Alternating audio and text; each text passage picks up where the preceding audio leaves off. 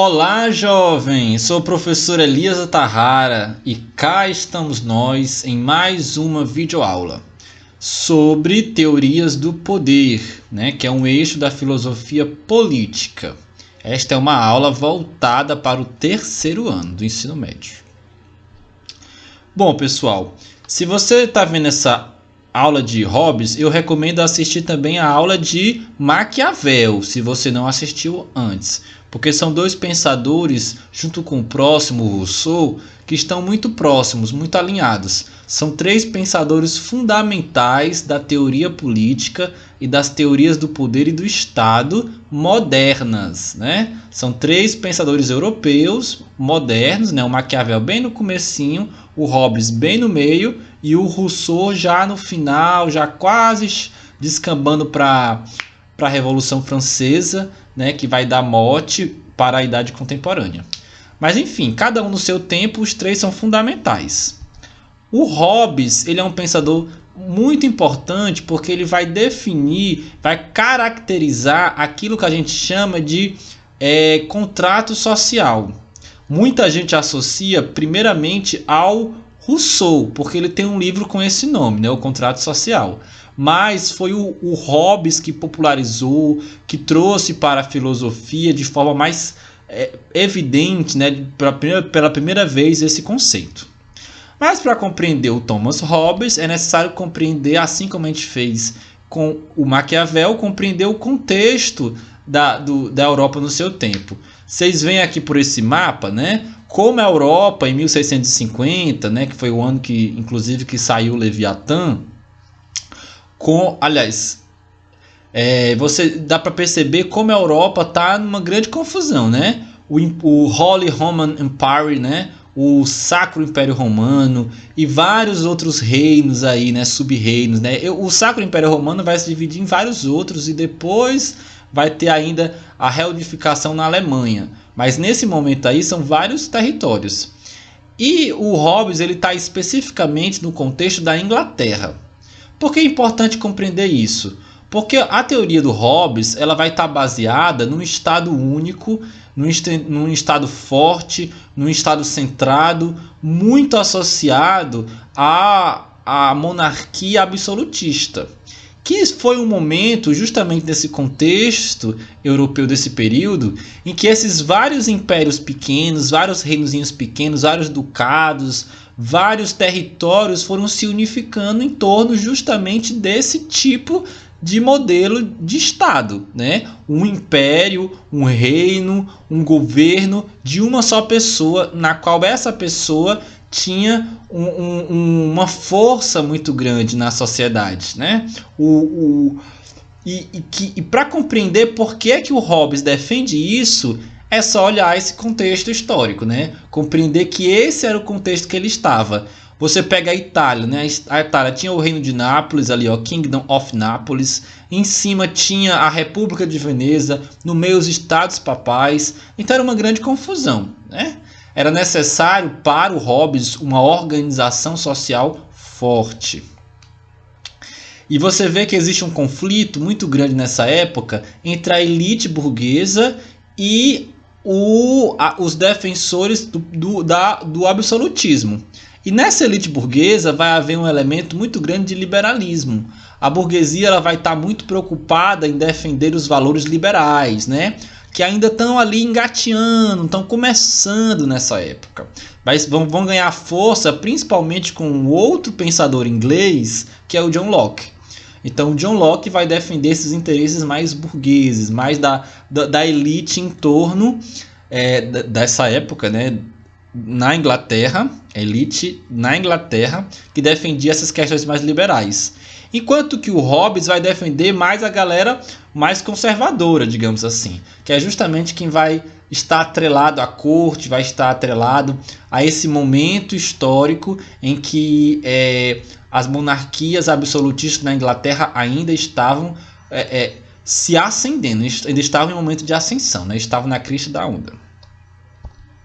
Compreendendo isso, é importante também salientar, dar um pause e ler com atenção esse pequeno fragmento que eu tirei do dicionário de política do Bobbio Matucci e Pasquino, em que eles apresentam exatamente qual é o significado, como é que a gente pode compreender esse termo, né? Monarquia absolutista. Muita gente sai associando por associar, né? Rousseau defende a república e o Hobbes defende a monarquia absolutista. Essa é uma visão simplista da coisa, porque se a gente for analisar outros textos do Thomas Hobbes, como o do Cidadão, que é menos conhecido, a gente vai compreender que ele tinha muita sintonia com o tempo dele, com o contexto histórico dele. Então, por isso, compreender esta palavra absolutismo como uma palavra do seu tempo, certo? A gente não pode usar a palavra absolutismo hoje. A monarquia absolutista hoje não existem. Hoje são outros tipos de estruturas sociais, outros tipos de estruturas econômicas e outros tipos de estruturas de poder e de políticas, né? Mas o Reino Unido ainda é uma monarquia. Você pode se perguntar isso. Mas uma monarquia na qual existe um parlamento, existe uma constituição. E aí quem é o chefe? A Rainha Elizabeth, ela é a chefe do Estado. Mas o papel dela enquanto chefe do Estado é garantir os valores, defender a tradição, preservar a moral e os bons costumes mesmo com relação ao Estado do Reino Unido da Grã-Bretanha. Existe uma outra pessoa que essa sim, ela é eleita pelo parlamento, né, uma eleição direta, e esses parlamentares são eleitos diretamente pelo povo, são os lords. E aí esse sim, ou essa, é que é o chefe de governo, né? Então são duas figuras, por isso que não é absolutismo. No caso do absolutismo, o chefe de governo é a mesma pessoa que é o chefe do Estado. Então o rei, ele tanto preserva os valores tradicionais daquele povo, quanto também governa. Naquele contexto, né? Hoje em dia é diferente. Vejam bem, então para o Hobbes, para que esse Estado único, forte, ele consiga se preservar, ele precisa fazer isso através da força. Então o Estado hobbesiano é um Estado forte, é um Estado que vai se utilizar da violência para ter o que precisa. A gente vai já ver o porquê. Mas o primeiro momento é entender o seguinte: para o Hobbes, o ser humano ele não é naturalmente bom. Ele tem uma característica que o inclina à violência, inclina à maldade, né? Por isso que ele usa essa frase aqui que está aqui do lado. O homem é o lobo do homem. Então o homem ele está no primeiro momento, que é o que a gente vai chamar já já de estado de natureza, o ser humano ele está jogado de tal forma que ele quer preservar a própria vida. Você veja que é a lei da selva, digamos assim. A lei da selva qual é? É cada um por si e Deus por todos, né? Você precisa salvar o seu pescoço. Então, para isso, para preservar a própria vida, o ser humano é capaz até de fazer o quê? Matar outros seres humanos, violentar. Então, a violência ela está muito presente no ser humano. Por isso que esse filme aqui, Noite, é 12 horas para sobreviver, o ano da eleição. Mas também tem como chamado como Noite de Expurgo, certo? Ele é muito interessante para a gente compreender esse conceito hobbesiano. Porque essas pessoas aí nesse filme, eles são jogados, né? Existe uma lei que é criada e aí 12 horas vai haver um expurgo. Que são 12 horas em que todas as leis são...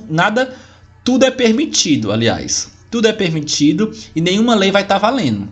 Então é como esse objeto aqui, que está do lado dessa pia. Do lado tem uma pia normal e do lado é o expurgo. O que é o expurgo? É onde você joga material que você quer se livrar. Num hospital, por exemplo, existe o expurgo. Não é uma pia qualquer que você vai jogar certos produtos químicos, né? Porque pode estar contaminado. Então você vai jogar no expurgo, que é aquilo que você vai se livrar. Então esse filme fala sobre isso. E existe também um episódio de Rick e Morty em que eles caem num planeta em que todo mundo é muito pacífico. E aí eles descobrem que eles são pacíficos porque uma vez por ano eles fazem o expurgo deles. Eles fazem esse momento em que não existem leis. E ele percebe que aquele povo que é muito pacífico, muito tranquilo, de repente se torna muito violento. Isso é muito hobbesiano. Se hoje, imagine você, se hoje não tivesse nenhuma lei valendo, o que é que ia acontecer? A gente tem experiências como, por exemplo, greve de policiais. em que os policiais estão de greve, né, e tal, e aí fazem uma paralisação ou coisa que valha, e aí existe uma onda de criminalidade muito grande. Como se o fato de a polícia não estar trabalhando hoje permitisse que tudo acontecesse. Então esse pensamento é um pensamento também em que o Hobbes vai estar atento. Tá aqui o significado da palavra expurgo, né? É aquilo que a gente quer se livrar. Ora, mas por que isso então? Porque existem dois momentos. Existe o estado de natureza e o estado civil. No estado de natureza, nós estamos preocupados com o nosso umbigo, nosso próprio umbigo. É a lei da selva. O que vai valer são os indivíduos. Então você tem todos os direitos naturais de preservar a própria vida. Então você tem que lutar para isso. Lute pela sua vida, né? E que muita gente nessa época, né, século XVII, associou isso a quê? Aos povos indígenas. Por quê? Porque o povo indígena, os indígenas são aqueles que não têm estado ainda, eles são selvagens. O que, lógico, é um absurdo, né? Já existe todo um conjunto de teorias antropológicas e de antropologia cultural, inclusive, que já tem a total consciência de que os povos indígenas não são povos anteriores, não são pré-civilização. Eles são civilizados. Eles possuem todo um conjunto de ordenação, de relações de poder, né? Existe o cacique, a cacique, existe as pessoas, o papel das mulheres e tal. Existe todo um conjunto de relações de poder já. Então, essa é uma associação da época, mas que a gente tem que estar muito atento para não cair nisso. Nós não podemos fazer essa concepção. De qualquer modo, o que a gente pode compreender é que esse estado de natureza ele é um estado que não é histórico. Pode ter havido um momento que nós não tínhamos nenhuma relação de estado? Pode, mas isso não importa para a teoria do Hobbes. O que importa é que hoje nós temos. Então hoje, filosoficamente, a gente confronta com um momento em que não houve. Não importa se esse momento ele é só na teoria ou se ele é na prática. Certo? E aí esse momento dos indivíduos, do estado de natureza, dá lugar ao estado civil. Porque todos nós seres humanos, nós decidimos abrir mão desse nosso direito natural de lutar pela própria vida e entregamos esse direito ao Estado. Então é o Estado que vai, a partir de agora, garantir na nossa sociedade o bem-estar. Vai garantir que a gente não se mate, né? Então vão ter as leis, vão ter as cadeias, vão ter todo um conjunto de estruturas que vão garantir que a força do Estado seja preservada. Justamente para quê? Para que nós não nos matemos. O Estado vai ter o direito de matar, porque nós entregamos a nossa própria vida ao Estado, né? Essa é justamente a crítica que o Rousseau vai fazer logo em seguida, que hoje muita gente faz ao Hobbes. O Estado pode ser tão violento ou mais violento do que esse momento em que não havia Estado. Aquela frasezinha, né? Se tá ruim com ele, pior sem ele. Isso seria o Hobbes que diria. Mas aí a crítica a gente pode fazer assim, não. Às vezes é melhor não ter. Essa é a discussão que o Rousseau vai trazer para a roda. Mas enfim, para compreender Hobbes, é legal a gente lembrar do Power Rangers, né? Cada um tinha uma força, só que quando vinha um inimigo muito grande, né, um inimigo muito poderoso, não adiantava o Power Ranger vermelho ser forte ou a Power Ranger rosa também ser forte. Individualmente, eles não conseguiriam sobreviver àquele inimigo em comum que eles tinham. Então era necessário juntar as forças e criar o Megazord. A capa original do Leviatã, que é esse livro em que o Hobbes traz todos esses elementos, traz exatamente um Megazord. Esse daqui é a capa original, que aí a gente coloca colorido para ficar mais interessante e a gente amplia para ver com mais detalhes. Se a gente observar essa capa, esse grande monstro aí é o Leviatã.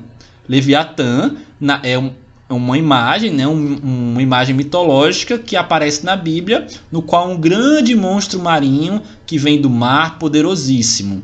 Então o Hobbes vai falar exatamente isso. Olha, o Estado tem que ser como esse Leviatã, monstruoso, mas forte e grandioso. Esse é o Estado. E percebam que ele é constituído de vários elementos. O primeiro elemento é o poder, que está configurado na coroa. O segundo elemento é o rei. O rei, no Hobbes, não é o Estado em si. O rei é a cabeça. O rei é o elemento que vai pensar, que vai criar um direcionamento, mas não é o que vai executar sozinho. A força da espada, ela é muito clara também, né? Clara não é a palavra. Ela é muito evidente. Por quê? Porque a espada, ela é força, né? Não é o rei que vai para a batalha. O rei manda o quê? O exército. Não é quando tem algum problema, não é o governador ou o presidente que vai lá resolver o problema. Quem vai resolver é a polícia. Então essa espada representa exatamente isso. Representam as forças armadas, porque são uma grande arma para o Estado. E nós temos o povo. Repare como o Hobbes botou várias pessoazinhas, né, construindo esse grande megazord que é o Leviatã. Porque é o povo que vai dar corpo a esse Estado. Então não adianta a cabeça sozinha, é necessário também o corpo.